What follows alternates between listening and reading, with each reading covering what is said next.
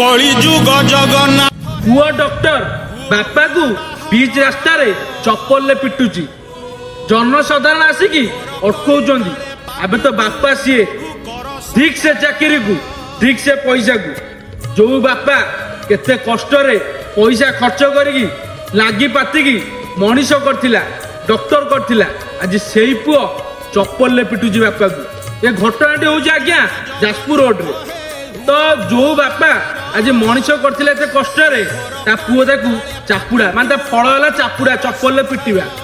आगे एमती भी पिला अछंती जे बापा पैसा चलुचंती सत अनएजुकेटेड माने बेसी भी एजुकेटेड है ना पाठ कम पढ़ी बापा पैसा चलुचंती किंतु बापा को से सम्मान दियंती बापार महत्व रखती बापा मुंडू के तले पकांती एमती आ भाया बीच रास्ता चप्पल बाड़ाती आज्ञा से पाठ पढ़ार कौन मूल्य रहा तुम बापा माँ को भी तुम मार।